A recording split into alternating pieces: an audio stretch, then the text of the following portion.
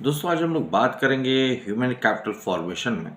और इस पे मैंने 2 वीडियो पहले ही बनाया है, ये मेरा तीसरा वीडियो है।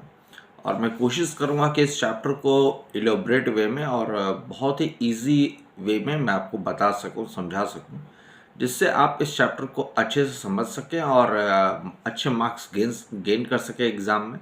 तो शुरू करते हैं इसमें जो बाकी की चीज़ें हैं। तो मैंने एक कल कंपैरिजन बताया था फिजिकल कैपिटल और ह्यूमन कैपिटल के बीच में। आज मैं आपको इसमें बताता हूँ meaning of human capital formation क्या होता है। इससे पहले यहाँ पे एक ये बहुत अच्छा पॉइंट लिखे हुए कि how do people become resources. लोगों को आप संसाधन के तौर पे कैसे इस्तेमाल कर सकते हैं या उन्हें कैसे बेहतर एक संसाधन बना सकते हैं।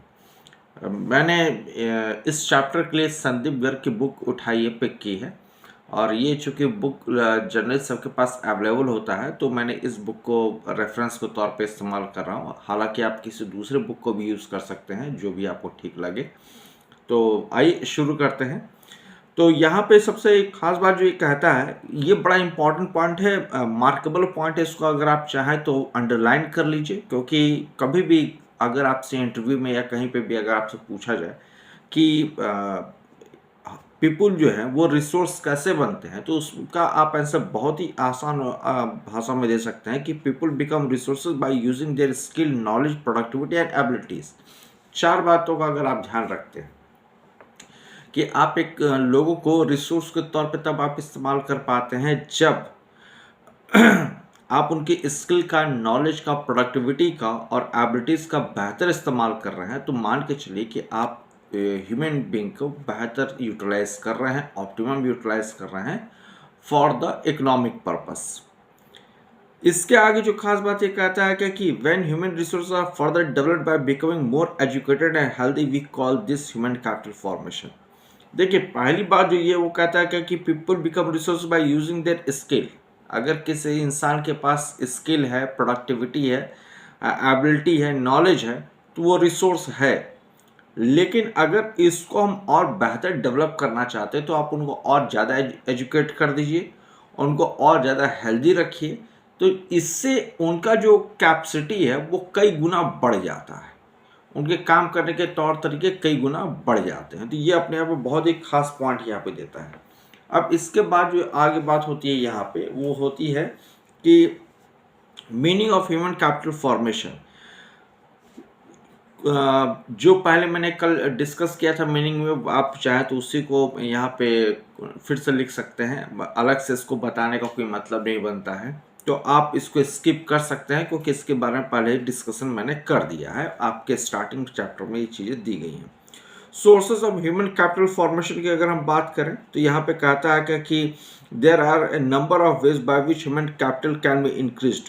बहुत सारे वो तरीके हैं जिसके थ्रू जो है ह्यूमन कैपिटल जो है वो बढ़ाया जा सकता है। Different source of human capital formation, जो अलग अलग सोर्सेज हैं ह्यूमन कैपिटल फॉर्मेशन के, उसमें से सबसे पहले आता है वो आता है एक्सपेंडिचर ऑन एजुकेशन। अगर आप ह्यूमन कैपिटल फॉर्मेशन करना चाहते हैं तो आप शिक्षा पे खर्च कीजिए, फिर हेल्थ पे खर्च कीजिए, फिर on the job training. On the job का मतलब कि जैसे उसकी जॉब लगती है तो जॉब लगने से पहले आप उसकी ट्रेनिंग कराइए। ये नॉर्मली चीज़ें देखी जाती है, जो एमएनसी वगैरह होती हैं, ये बड़े बड़े कॉरपोरेट हाउस जो होते हैं, वो जब भी किसी नए पर्सन को रिक्रूट करते हैं जो एकदम फ्रेशर्स है, उससे कुछ नहीं आ रहा है, तो उससे पहले वो महीने, 2-3 महीने, 6 महीने की ट्रेनिंग देते हैं और बाद में उसे वो अपने काम पे लेते हैं।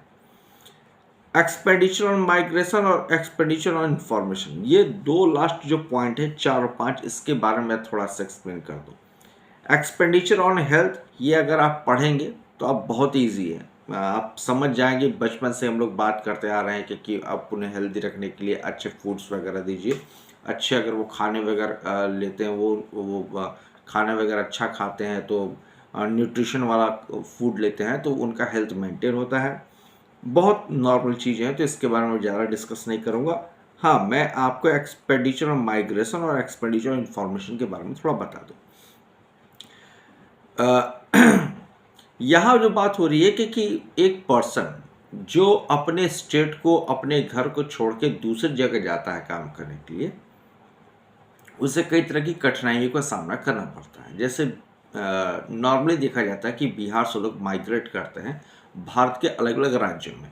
कुछ लोग यूपी में आ जाते हैं क्योंकि बहुत नियर बाई है, तो यूपी में आ गए, या फिर वो मुंबई जा रहे हैं, गुजरात जा रहे हैं, साउथ में तमिलनाडु वगैरह जाते हैं।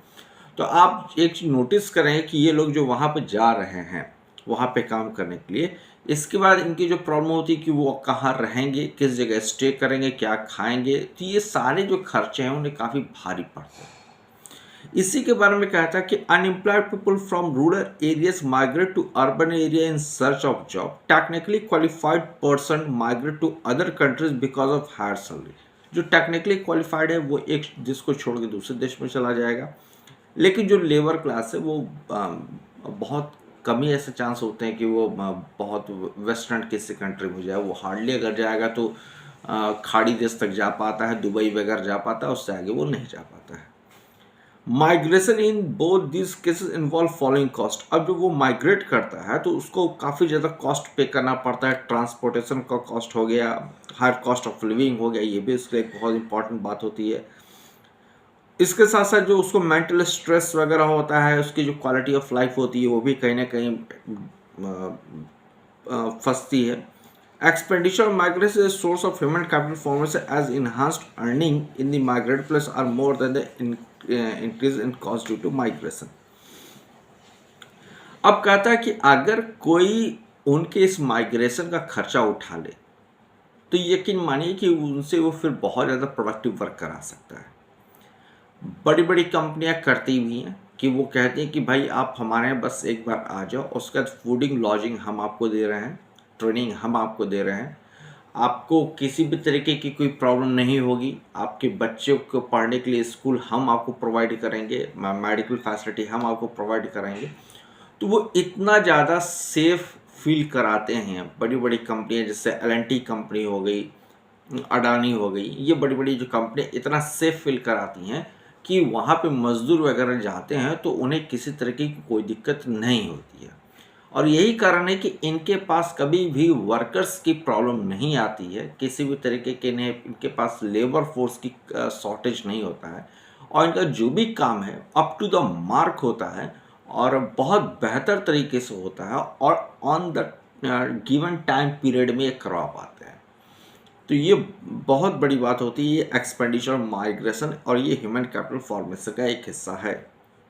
इसके साथ साथ एक्सपेंडिचर इन्फॉर्मेशन में जो बात होती है वो होती है कि expenditure is incurred to acquire information related to the labour market and other market. अब यहाँ पे बात हो रही है कि जो खर्च आते हैं किस चीज़ पे, सूचना पे। It involves amount spent on seeking information about educational institutions, there educational standard, cost of education.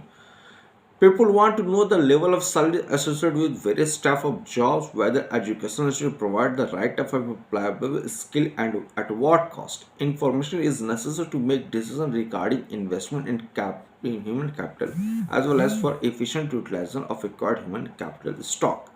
कहता है कि देखो भाई, यहाँ पे जो खर्च हो रहे हैं वो इस बात पे हो रहे हैं कि हम जब कहीं पे एजुकेशन की बात करते हैं तो वहाँ पे जो है क्या खर्चा आएगा शिक्षा पे, या इसके अलावे जो बात कर रहा है कि जैसे कहीं पे सैलरी वगैरह की बात होती है तो किस तरीके की जॉब है उसको किस तरीके की सैलरी मिलेगी। मान के चलिए कि मैंने काफ़ी हायर स्टडीज़ कर रखी है और बाद में मुझे पता चले कि इस हायर स्टडीज़ का फ़ायदा ही नहीं मिलने वाला है, तो ये पूरी तरीके से मेरे पैसे की बर्बादी है। इसलिए जब भी आप हायर स्टडीज़ करते हैं जिसमें आपके 10 लाख 15 लाख रुपए लगते हैं या लगने के चांसेस होते हैं, तो आप ज़रूर एक बार पलट के देखिए कि इससे फ़ायदा क्या मिलेगा, इस इन्वेस्टमेंट को करके कितना ज़्यादा फ़ायदा मिल रहा है। अगर आपको लगता है कि जितना आप पैसा लगा रहे हो उसके रिस्पेक्ट में आपको उतना फ़ायदा नहीं मिलने वाला है, तो फिर आप वहाँ पे उतना बड़ा इन्वेस्टमेंट मत कीजिए। ये सब कोई आपको सुझाव देते हैं। तो यहीं पे जो बात होती है वो होती है कि जो आपके कैपिटल फॉर्मेशन होते हैं उस वो 5 तरीक़ों में लास्ट के 2 पॉइंट को मैंने आपके सामने रखा है कि एक्सपेंडिचर माइग्रेशन और एक्सपेंडिचर इन्फॉर्मेशन, और ये दोनों ही इम्पॉर्टेंट हैं बाकी 3 पॉइंट के साथ। हालांकि अगर sources of human capital formation से डायरेक्ट क्वेश्चन तो मैंने कभी नहीं देखा है कि what are the different types of sources of human capital formation. हाँ, अगर आता भी है तो हार्डली आपको 120 वर्ड में लिखना होगा, इससे ज़्यादा आपको नहीं लिखना होगा। आप अगर चाहें तो इन 5 में से किन्हीं 2 या 4 पॉइंट पे ही लिखें, ये मेरी राय है। वैसे आपको जो ठीक लगता है आप कीजिए। 5 पॉइंट को अगर आप इंक्लूड करोगे तो आपके लिए समस्या हो जाएगी। कारण क्या है कि हर पॉइंट में आपको कम से कम 30 से 40 वर्ड तो लिखने ही पड़ेंगे। तो अगर आप इतना भी लेके चलते हैं तो इस हिसाब से देखा जाए तो अगर आप 40 वर्ड ही पकड़ के चलते हैं तो 4 पॉइंट में आपके जो हैं 120 वर्ड हो जाते हैं। अगर आपको लगता है कि आपको 5 पॉइंट लिखना चाहिए तो आप जरूर लिखें, लेकिन थोड़ा समझ के कि आप एक टॉपिक पे कितने वर्ड लिखने जा रहे हैं, क्योंकि ज़्यादा लिखने का कोई मतलब नहीं है। तो कोशिश कीजिए जो वर्ड लिमिट है उसी वर्ड लिमिट में लिखिए, ताकि आपका समय बच सके। दोस्तों, समय बचाना बहुत ज़रूरी है। और मैं देखता हूँ कि जो लोग हैं वो उनकी बस कोशिश होती है कि जितना जल्दी पेपर सॉल्व कर सकें और कितना ज़्यादा लिख दें। ऐसा कभी मत कीजिए। वास्तव में अगर आप एक अच्छा मार्क्स गेन करना चाहते हैं, स्ट्रेटजी अच्छी बनाइए, टाइम मैनेजमेंट कीजिए, तो आपको अच्छे मार्क्स मिलेंगे। अगर 6 मार्क्स का क्वेश्चन है तो उस पर हार्डली 5 से 6 मिनट दीजिए। अगर 2 मार्क्स के क्वेश्चन है, 3 मार्क्स के क्वेश्चन है तो उस पर 2 से 3 मिनट दीजिए। अगर आप इस स्ट्रेटजी के साथ, मैनेजमेंट के साथ अगर आप अपने पेपर को सॉल्व करेंगे तो यकीनन आप टॉपर के लिस्ट में जा सकते हैं। Otherwise as you wish as you like, because this is your life. तो चलिए मिलते हैं अगली वीडियो में। Till then have a good day to all of you.